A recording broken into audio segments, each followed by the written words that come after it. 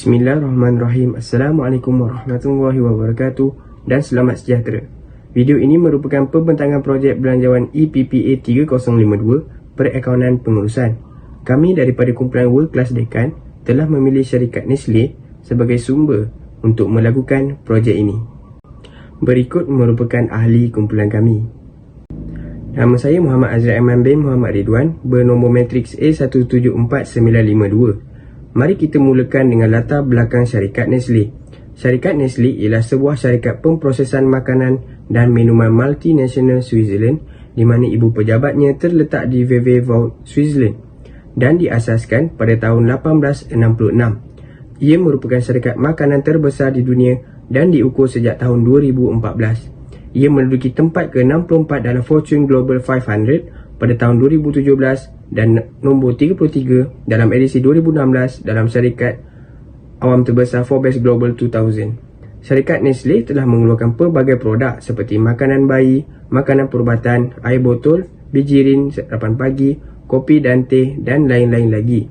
Walau bagaimanapun, kami telah memilih produk minuman iaitu Milo dan Nestem sebagai produk rujukan kami.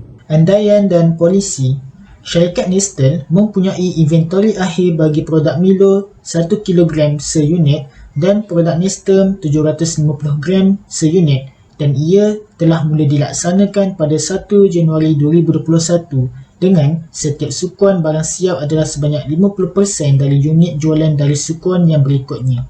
Manakala bagi polisi inventory akhir barang mentah adalah sebanyak 35% daripada pengeluaran dalam sukuan yang berikutnya. Bagi jam buruh langsung yang dijangka digunakan dalam pengeluaran seunit bagi kedua-dua produk ini adalah selama 10 minit bagi kedua-dua produk. Kadar upah bagi buruh langsung dalam pengeluaran produk ialah sebanyak RM6 per jam. Jualan dibuat secara tunai dan juga secara kredit.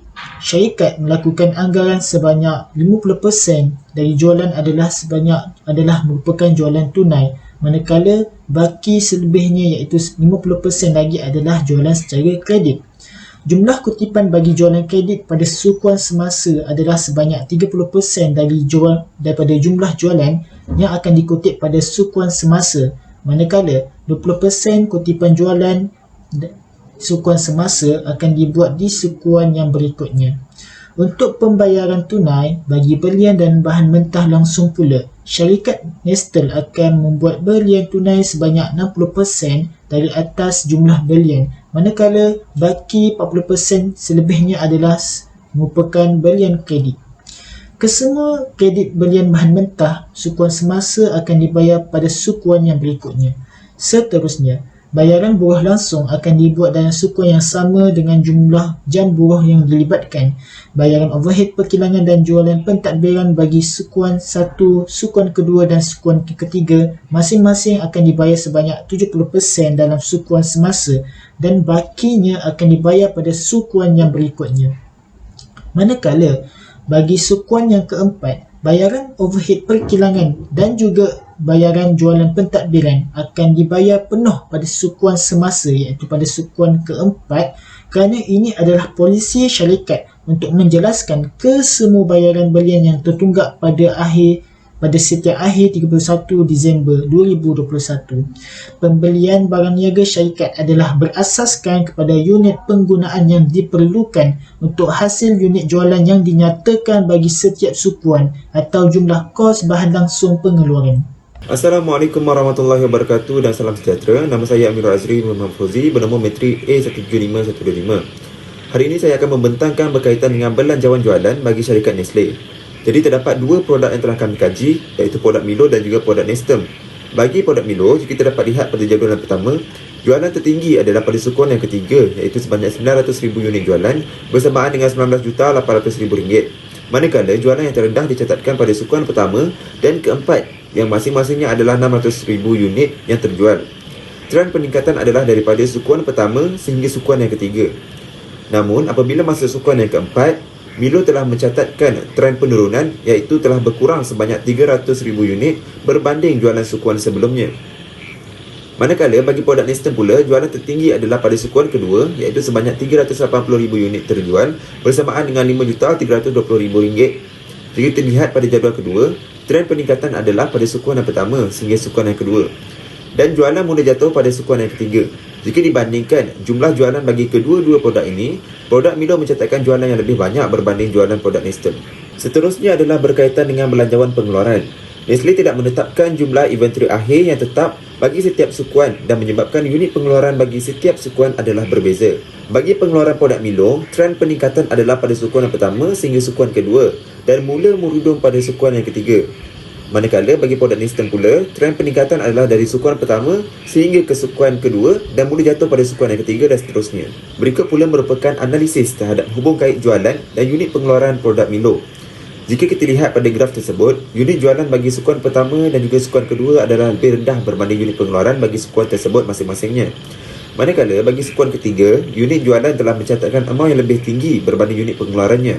Hal ini kerana disebabkan oleh terdapatnya lebihan unit pengeluaran bagi sukuan pertama dan kedua, syarikat telah menetapkan untuk mengurangkan unit pengeluaran bagi sukuan ketiga dan meningkatkan jualan bagi sukuan tersebut bagi menghabiskan unit stok yang lebih pada sukuan pertama dan juga sukuan kedua. Ini merupakan langkah kawalan unit pengeluaran yang dilaksanakan oleh syarikat terhadap produk ini. Begitu juga bagi produk Nestle. Disebabkan oleh terdapatnya perbezaan yang ketara di antara unit jualan dan unit pengeluaran bagi sukuan pertama di mana unit pengeluaran melebihi unit jualan, syarikat telah memulakan kawalan bagi unit pengeluaran bermula pada sukuan kedua sehingga sukuan terakhir di mana kita dapat lihat bahawa bermula sukuan kedua, unit pengeluaran yang dikeluarkan untuk produk ini adalah lebih rendah berbanding unit jualannya. Hai, nama saya Muhammad Nur Rahman bin Halim, memegang metrik A17358. Terusnya untuk belanjawan bahan mentah, kita dapat lihat bahan-bahan yang diperlukan dalam pembuatan Milo seperti barley, susu tepung, serbuk koko dan juga gula. Belanja pada sukuan kedua adalah paling tinggi untuk setiap bahan, iaitu jumlah keseluruhannya adalah RM12,495,000, manakala sukuan keempat merupakan sukuan paling rendah iaitu sebanyak RM8,820,000. Bagi Nestle pula, bahan yang digunakan adalah beras, bijiran jagung, tepung gandum, gula, madu dan juga garam. Belanja pada sukuan kedua adalah paling tinggi juga untuk setiap bahan iaitu jumlah keseluruhan adalah RM2,533,100 dan 100, manakala sukuan keempat merupakan sukuan paling rendah iaitu RM1,775,000. Seterusnya adalah berkaitan dengan belanjawan buruh langsung. Belanjawan buruh langsung terdiri daripada dua sub belanjawan iaitu keperluan jam kerja buruh langsung dan belanjawan kos buruh langsung. Bahagian ini membincangkan belanjawan jam buruh langsung. Nestle telah menyelaraskan jumlah keperluan jam buruh langsung bagi menghasilkan suatu produk iaitu selama 0.2 jam dan kadar sejam yang dibayar kepada buruh langsung ialah sebanyak RM6 per jam.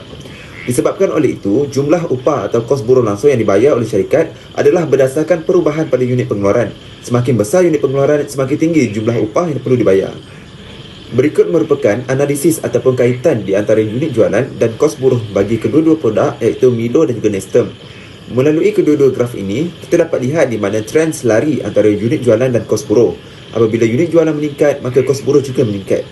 Jadi, jika kita ingin lihat dengan lebih jelas, graf ini menunjukkan hubungan antara jumlah unit pengeluaran keseluruhan bagi kedua-dua jenis produk dan kos buruh langsung yang dilibatkan mengikut sukuan. Di sini kita dapat simpulkan bahawa semakin tinggi unit pengeluaran, maka semakin tinggilah kos buruh langsung yang perlu dilibatkan.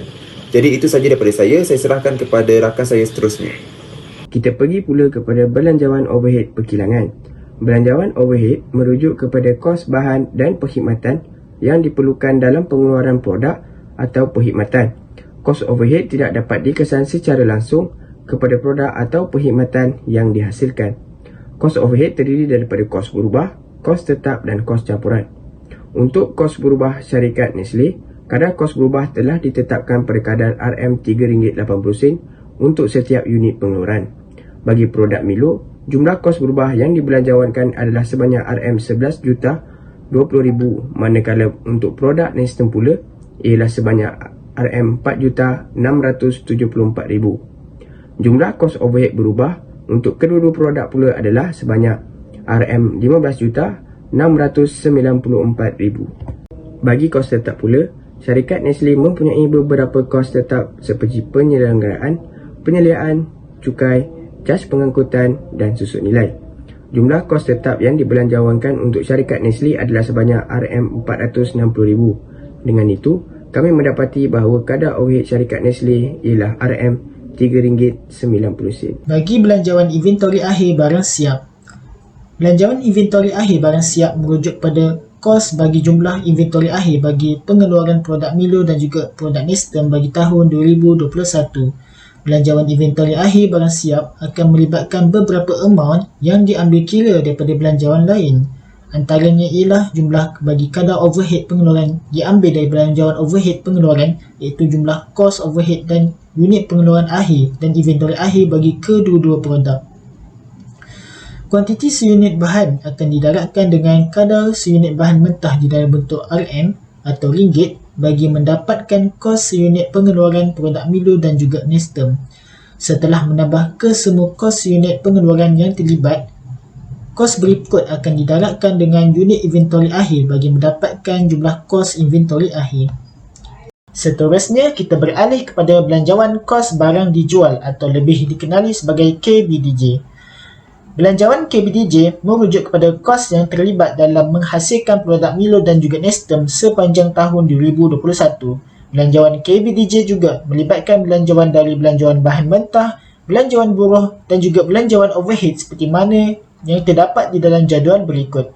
Kos unit bahan mentah akan didarabkan dengan kadar kuantiti penggunaan bagi mendapatkan jumlah kos bahan mentah. Setelah menambahkan semua kos yang terlibat seperti yang saya nyatakan tadi, yang apabila digabungkan, ia akan menjadikan jumlah kos pengeluaran. Kos pengeluaran berikut akan ditambah bersama kos inventory awal dan ditolak dengan inventory akhir barang siap. Maka kita akan peroleh KBDJ bagi syarikat Nestle iaitu berjumlah RM72,276,200.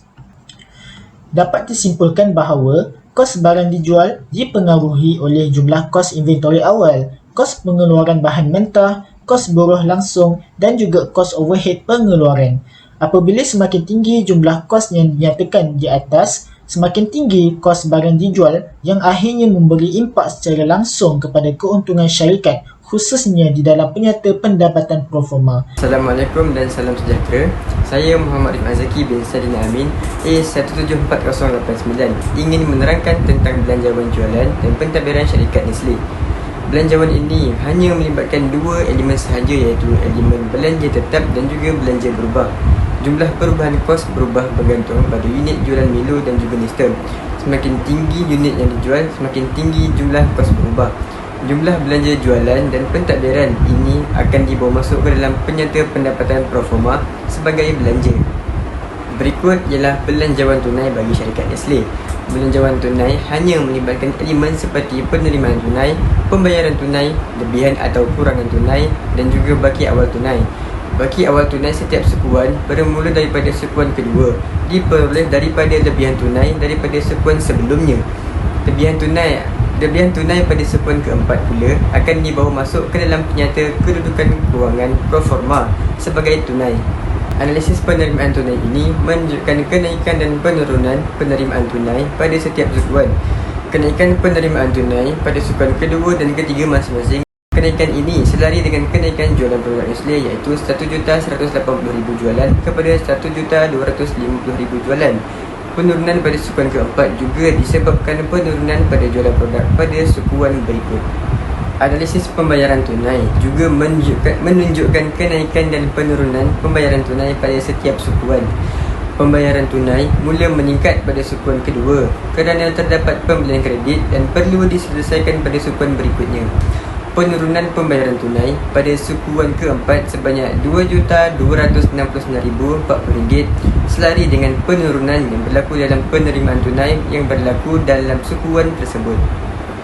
Berikut ialah penyata pendapatan proforma bagi syarikat Nestle yang berakhir 31 Disember 2021. Umur hasil jualan bagi kedua-dua produk diperoleh daripada belanjawan jualan dan ditolak dengan amount kos barang dijual yang diperoleh daripada belanjawan kos barang dijual. Maka syarikat akan memperoleh untung kasar sebanyak RM8,743,800. Belanjawan jualan pentadbiran ini pula diperoleh daripada belanjawan jualan dan pentadbiran. Maka keuntungan keuntungan bersih syarikat adalah RM5,786,800 dan amaun ini akan dibawa masuk ke dalam penyata kedudukan kewangan performa di bawah elemen equity. Berikut adalah penyata kedudukan kewangan performa bagi syarikat Nestle. Berikut di atas adalah analisis dan data perekodan jumlah hasil dan jumlah kos yang terlibat pada setiap sukuan sepanjang tahun 2021. Perbezaan pada jumlah hasil dan jumlah kos adalah keuntungan atau kerugian yang diperoleh oleh syarikat Nestle pada setiap sukuan. Jika kita lihat prestasi jualan syarikat sepanjang tahun 2021 menunjukkan prestasi dan trend yang menaik dan ada kalanya turun, dapatlah disimpulkan bahawa apabila syarikat Nestle meningkatkan jumlah jualan mereka, ia telah mampu meningkatkan jumlah margin keuntungan dan seterusnya, mengurangkan kos tetap yang dikenakan ke atas produk yang dikeluarkan oleh syarikat. Kesimpulannya, pada hasil jualan, syarikat akan mendapatkan keuntungan yang besar kerana hasil jualan syarikat adalah lebih banyak daripada kos barang dijual pada tahun 2021. Dari segi pengeluaran pula, setiap pengeluaran perniagaan yang bermutu akan menjamin kepuasan pelanggan dan pengguna sekaligus meningkatkan keuntungan syarikat pada masa yang akan datang. Dan akhir sekali, pada prestasi syarikat pula, syarikat mendapatkan keuntungan yang baik kerana hampir kesemua belanjawan tunai yang dihasilkan mendapatkan kelebihan